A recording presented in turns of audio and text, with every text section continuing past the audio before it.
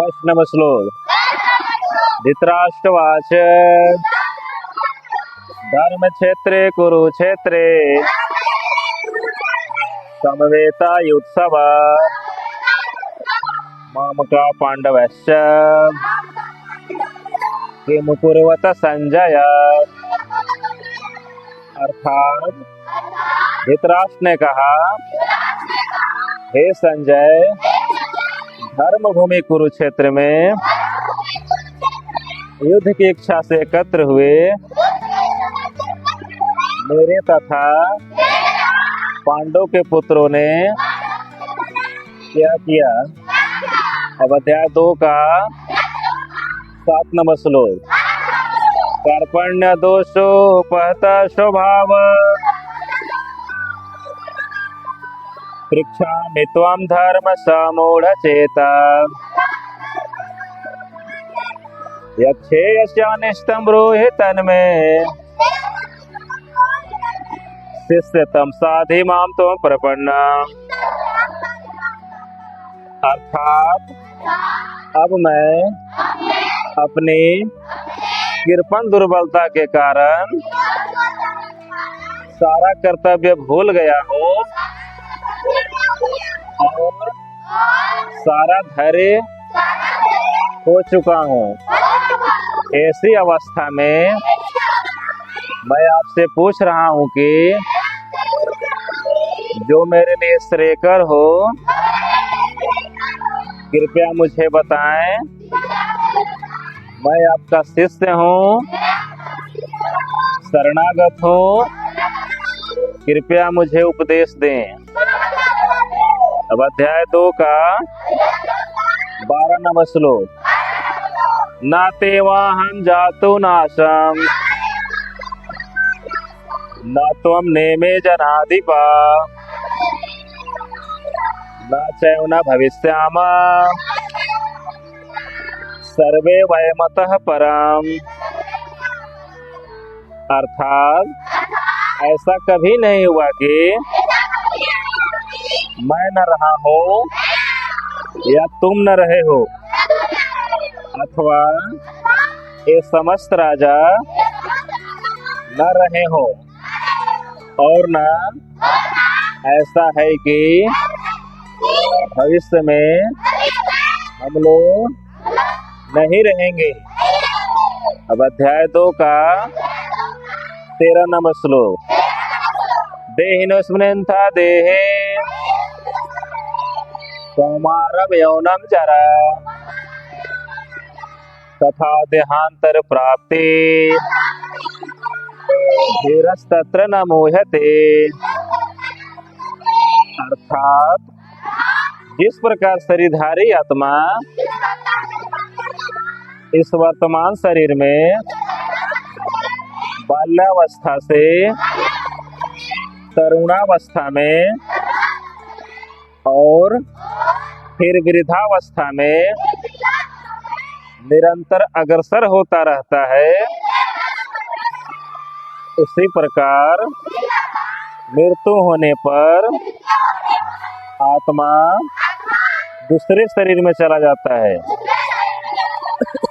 धीर व्यक्ति ऐसे परिवर्तन से मोह को प्राप्त नहीं होते। अब अध्याय 2 का 14 नंबर श्लोक। मात्रा स्पर्शस्तु कौन्तेय शीतोष्ण सुख दुःखदा आगमापायनो नित्या अस्तांचित्वा भारत। अर्थात हे कुंती पुत्र, सुख तथा दुख का क्षणिक उदय तथा कालक्रम में उनका अंतर्ध्यान हो जाना सर्दी तथा गर्मी की ऋतुओं के आने जाने के समान है। अतः हे भरतवंशी, ये सब इंद्रिय बोध से उत्पन्न होते हैं और मनुष्य को चाहिए कि इसे अविचल भाव से सहन करना सीखे। अब अध्याय 2 का 20 नंबर श्लोक। न जायते म्रियते वा कदाचिन नायं भूत्वा भविता वा न भूया अजो नित्य शाश्वतम् पुराणो न हन्यते हन्यमाने शरीरे। अर्थात आत्मा के लिए किसी भी काल में न तो जन्म है न मृत्यु, वह न तो कभी जन्मा है न जन्म लेता है और न जन्म लेगा। वह अजन्मा, नित्य, शाश्वत तथा पुरातन है। शरीर के मारे जाने पर भी वह मारा नहीं जाता। अब अध्याय 2 का 22 नंबर श्लोक। वंशासि जीर्णानि यथा विहाय नवानि गृह्णाति नरो पराणि तथा शरीराणि विहाय जीर्णान्य न्यानिस्याति नवानि देहि। अर्थात जिस प्रकार मनुष्य पुराने वस्त्रों को त्याग कर नए वस्त्र धारण करता है, उसी प्रकार आत्मा पुराने तथा व्यर्थ के शरीरों को त्याग कर नवीन तथा भौतिक शरीर धारण करता है। अब अध्याय 2 का 23 नंबर श्लोक। नैनं छिद्यन्ति शस्त्राणि नैनं दहति पावक न चैनं क्लेन्द्यापो न शोष्यति मारुत। अर्थात यह आत्मा न तो कभी किसी शस्त्र द्वारा खंड खंड किया जा सकता है,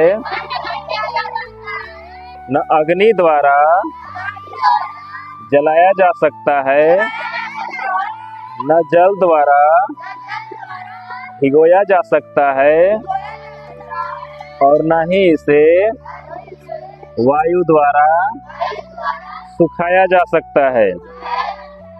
अब अध्याय 2 का 27 नंबर श्लोक। जातस्य हि ध्रुवो मृत्यु ध्रुवम् जन्म मृतस्य च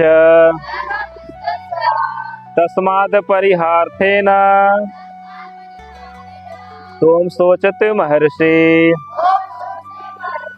अर्थात जिसने जन्म लिया है उसकी मृत्यु निश्चित है और मृत्यु के पश्चात पुनर्जन्म भी निश्चित है।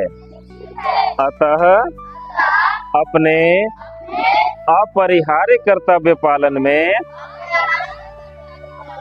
तुम्हें शोक नहीं करना चाहिए। अब अध्याय 2 का 44 नंबर श्लोक। भोगैश्वर्य प्रसक्तानां तया प्रतचेतसाम् व्यवसायित्मिका बुद्धि समाधौ न विद्यते। अर्थात जो लोग इंद्रिय भोग तथा भौतिक ऐश्वर्य के प्रति अत्यधिक आसक्त होने से ऐसे वस्तुओं से मोहग्रस्त हो जाते हैं। उनके मनों में भगवान के प्रति भक्ति का दृढ़ निश्चय नहीं होता। अब अध्याय 2 का 47 नंबर श्लोक। कर्मण्येवाधिकारस्ते मा फलेषु कदाचन मा कर्मफल हेतुर्मा ते संगो सत्व कर्मणि। अर्थात तुम्हें अपना कर्म कर्तव्य करने का अधिकार है, किंतु कर्म के फलों के तुम अधिकारी नहीं हो। तुम न तो कभी अपने आप को अपने कर्मों के फलों का कारण मानो, न ही कर्म न करने में कभी आसक्त हो। अब अध्याय 2 का 56 नंबर श्लोक। दुखेषु नो दिग्धमना सुखेषु विगत स्पृहा वीतराग भय क्रोध स्थित धैर्य मन रुचते। अर्थात जो त्रय तापों के होने पर भी मन में विचलित नहीं होता अथवा सुख में प्रसन्न नहीं होता, और जो आसक्ति भय तथा क्रोध से मुक्त है, वह स्थिर मन वाला मुनि कहलाता है। अब अध्याय 2 का 59 नंबर श्लोक। विषयाविनिवृत्तान्ते निराहारस्य देहिना रसवज्रसोपयस्याम परम दृष्ट्वा निर्वर्तते। अर्थात देहधारी जीव इंद्रिय भोग से भले ही निवृत्त हो जाए,